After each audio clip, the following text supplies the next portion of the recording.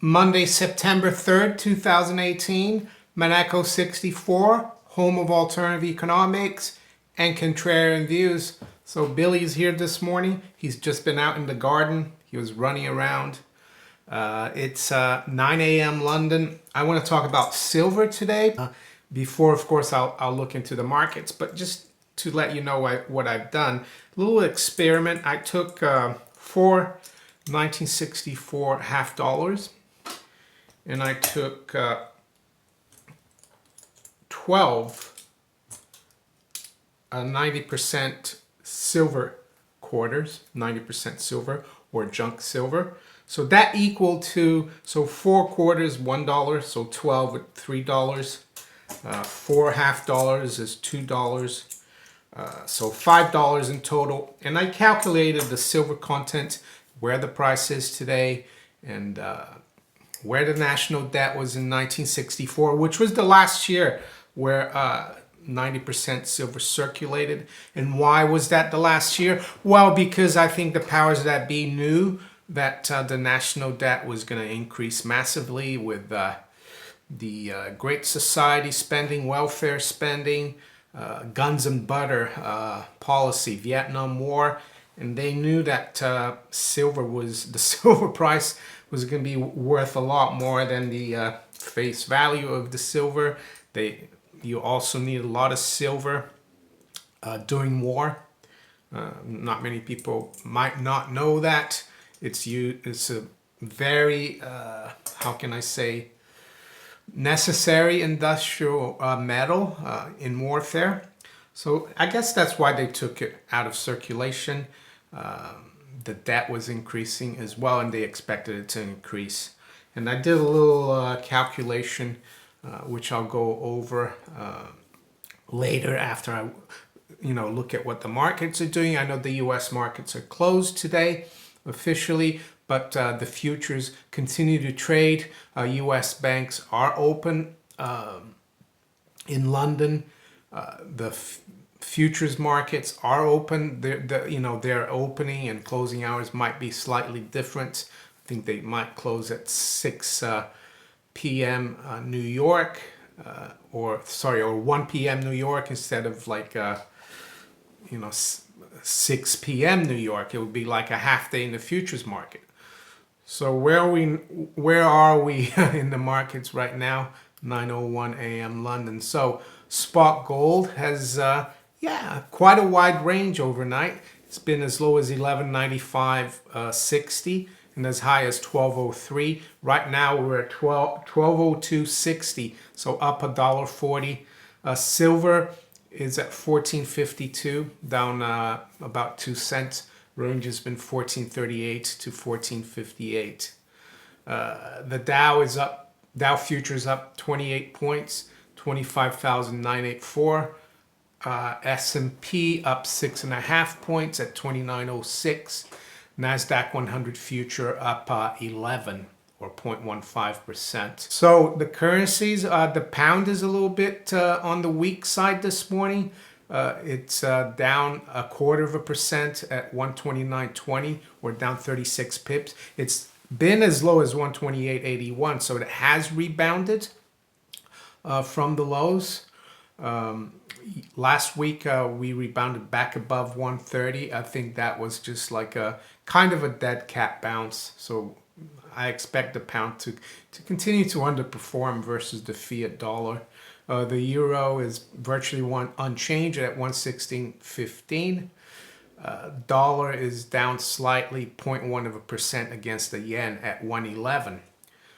The Chinese currency, the dollar is down 0.2% against the yuan at 683.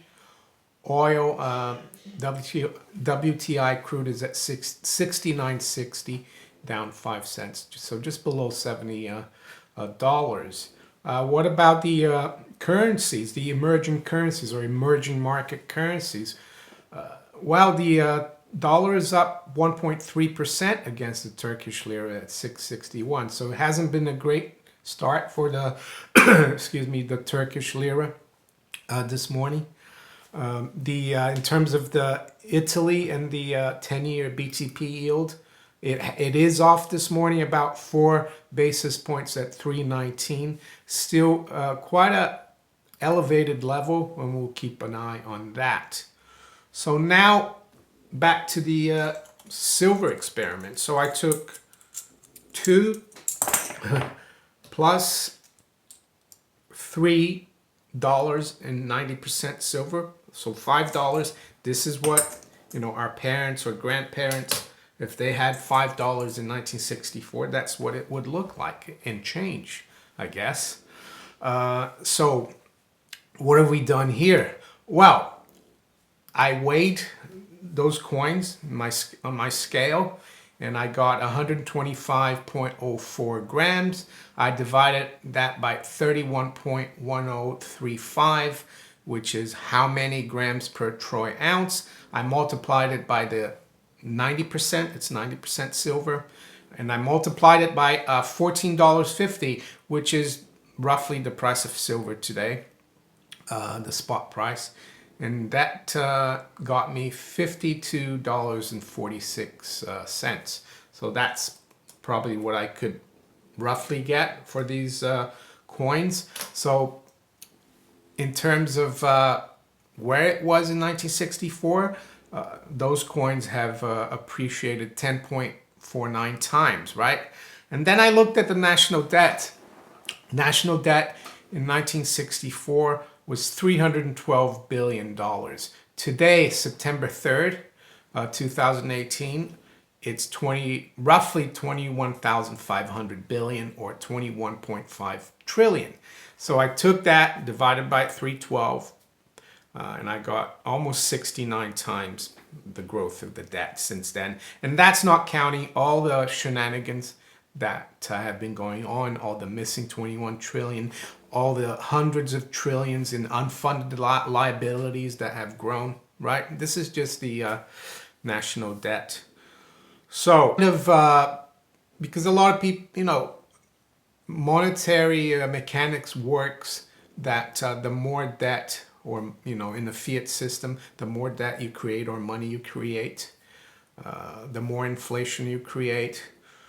So I took that into consideration, and this is just like using official numbers, national debt, and I calculated that the price of silver would have to be, you know, $95.25 today to equal the growth in debt. So what I did is I, you know, took the growth in debt divided by the growth of the price of silver, 68.91 divided by 10.49, and I got 6.56, multiplied that by 1450, and I got $95.25 dollars for this amount of silver that I weighed on my scale. Of course, the national debt clock, they do have a few indicators about, they talk about dollar to silver ratio now, $599 dollars per ounce.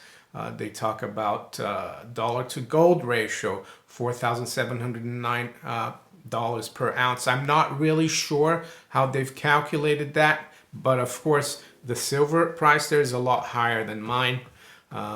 So what's the point of this exercise? Well, the point of this exercise is just to show how undervalued the price of silver is relative to the massive inflation that we've seen in the last 50 plus years.